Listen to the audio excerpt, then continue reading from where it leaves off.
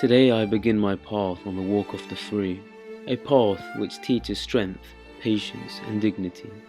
I'm not the only one to walk this path to salvation. Young and old, rich and poor, people from almost every nation. Through sandstorms and the heat of the sun, we walk from Imam Ali to his blessed son. By enduring this difficulty, my love I'm expressing. Every step I take towards my master Hussain is a blessing.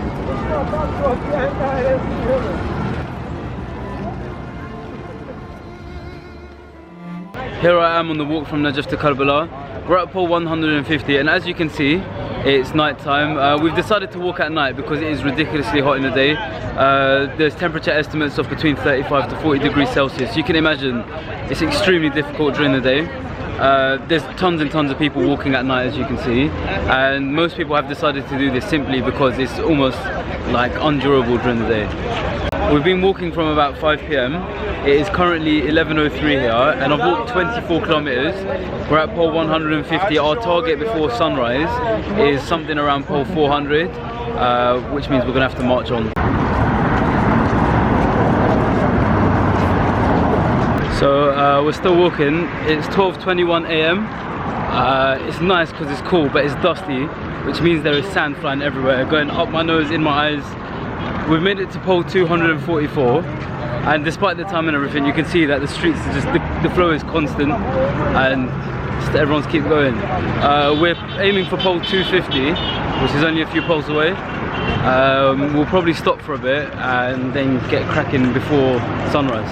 So we've reached pole 250 now, which was our target. You can still see people just constantly going. Literally, it never stops, and it's been going on maybe like 10 days the walk's been going on, and it's literally just a constant flow, which is just, alhamdulillah, the amount of people that come is amazing. But do you know what's also beautiful about this is, for example, I'm just going to come here to show you our group, but you can go anywhere. There's tents along the sides everywhere, and literally anywhere you go, you're welcome like a guest.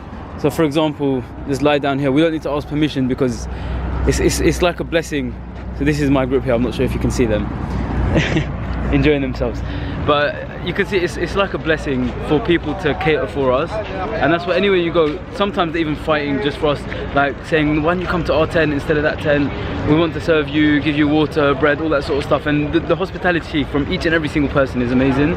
But that is the status of someone that comes to visit Abu Abdullah al-Hussain, and that is the beauty in it. So I'll see you guys after. We're gonna have about a half an hour break because legs are starting to ache and we're getting a bit tired.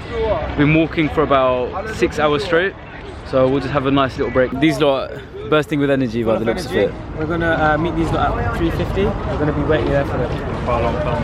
Bye.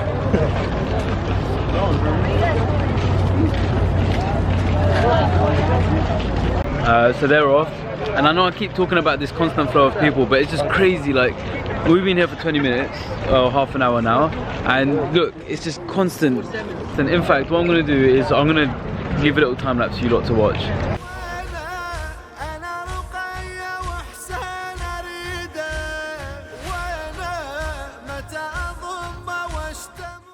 We made it to pole 450 and our target for today is 470. I've just seen a sign with 50 kilometers away from the holy land of Karbala, and it's started to get a lot more difficult now. We've been walking for about 11 hours consistently, and Fajr is slowly approaching. Everyone in our group is slowly getting their small problems. For example, my left hamstring is starting to hurt, but it's just the love for Abu Abdullah al-Hussain, the strength, the thought of what Abu Abdullah al-Hussain and his family went through. It just kind of keeps you going. You look around, you see the flags, you see, do you know what surprises me the most? It's when you see like these young children, you see the elderly women, and they just keep going, they don't stop, and you just wonder to yourself, how strong is their love for Imam Hussain, that walking 80 kilometers through the desert just to see his shrine and send their salutations. The wind picked up as we're coming close to the Fajr, which you wouldn't imagine has such a strong effect, but the cool breeze feels really, really nice. But it also makes it, that slight resistance makes it a lot harder, because it's just consistent wind blowing at you. Also, it's very dusty, there's a lot of sand along the side, so we're just picking up a lot of sand and blowing it right in our faces, which makes it tough. but we've got to keep on soldiering through. We've bumped into some people that we knew on the way and they've joined us on the walk, so now our group's extended. But what we do to keep ourselves together and like try avoid losing everyone, we've got a green flag. That's the flag that you can see over there. And what we do is, obviously everyone's dressed in black, which makes it really hard to notice who's who. But when we have the green flag and you notice everyone's bags and stuff like that, it's a good way for everyone to stick together. We're at pole 4, 6, 7 now. Only 3 more poles to go. We've been walking for 12 hours straight with a few breaks here and there. What we're doing is we're crossing, so there's one path over here and there's another path over here. We're crossing over to the other path so we can find the Zahra Trust Mokib. The Zahra Trust Mokib is obviously the Mokib that belongs to the Zahra Trust. That's where we're planning to stay. It's coming up to Fajr now, so I think we're planning to have at least a 10-hour break there, or maybe something a little bit less, but just avoid the heat of the day and get walking tomorrow. So I'll show you inside the Zahra Trust Mokib when we get there.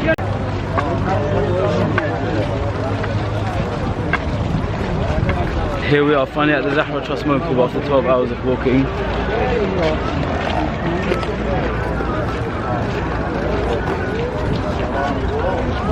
This is the entrance into the Zahra Trust Mokib. And here we are, there's just people praying, people resting. It's literally just an open hall for everyone to sleep in. And here we are, we've caught up with the rest of our group. How long have you lot been here for? More than an hour. More than an hour. Alright, and we're gonna rest for the night now, find somewhere to sleep,